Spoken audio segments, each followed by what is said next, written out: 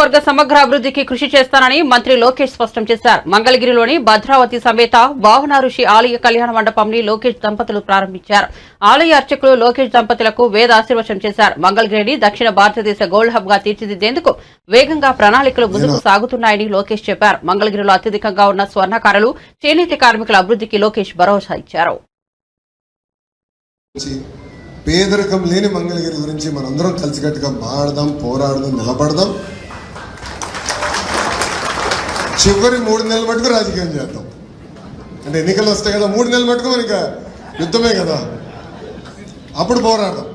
కానీ 4 సంవత్సరాలు 9 నెలలు పక్కన పెట్టి హెరాస్మెంట్ కానీ, ఒక్క నిమిషం స్వామి, ఒక్క నిమిషం మాట్లాడిన ఇంకా పూర్తి చేయాలి. నాదేం మీరు మాట్లాడు, నన్ను పూర్తి చేయని మీరు మాట్లాడు.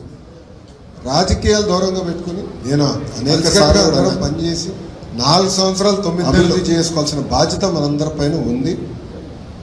పెద్దలు హనుమంతరావు గారు మేము పైన కూర్చున్నప్పుడు మిగతా వాళ్ళు మాట్లాడేటప్పుడు కొన్ని సూచనలు చేశారు.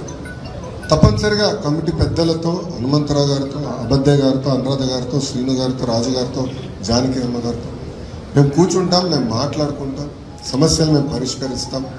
శాశ్వతమైన పరిష్కారం ఎత్తుకోవాల్సిన అవసరం మన పైన ఉంది.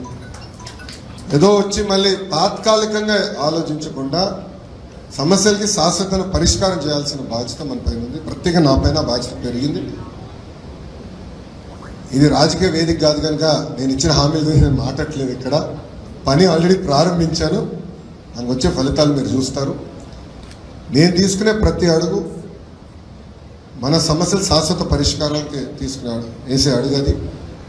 మన గౌరవ ముఖ్యమంత్రి నారా చంద్రబాబు నాయుడు గారు కూడా ప్రభుత్వం ఏర్పడిన వెంటనే మొదటి కార్యక్రమం పెన్షన్ ఇచ్చే కార్యక్రమం మంగళగిరి నియోజకవర్గంలో చేశారు.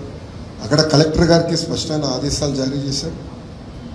ఆర్థిక పరంగా అయ్యేది పనులు ఏంటి, డబ్బులు అవసరం లేని పనులు కొన్ని ఉంటాయి, ఆ రెండు మీరు విడగొట్టి తొందరగా ఎస్టిమేట్లు ఒక పక్కన వేస్తూ ఉండండి, ఇంకో పక్కన ఈ ప్రక్రియ కూడా ప్రారంభించండి. అవసరమైతే క్యాబినెట్ కూడా తీసుకురండి, నేను ఆమోదం పలుకుతాను.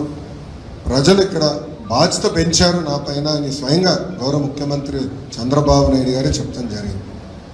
సో మా పైన బాధ్యత పెరిగింది అంటే ఎలాంటి సందేహం లేదు. ప్రత్యేకంగా మీ లోకేష్ పైన కూడా బాధ్యత పెరిగింది అంటే ఎలాంటి సందేహం నాకు లేదు.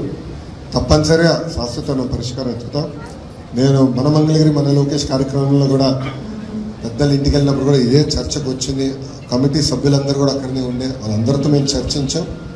అందరినీ కూర్చోబెట్టి నేను ఆ రోజే హామీ ఇచ్చా గురుగారికి, కూర్చోబెట్టి శాశ్వతమైన పరిష్కారం ఎత్తుతానని చెప్పా. దాన్ని నేను ఇప్పుడు కూడా కట్టుబడి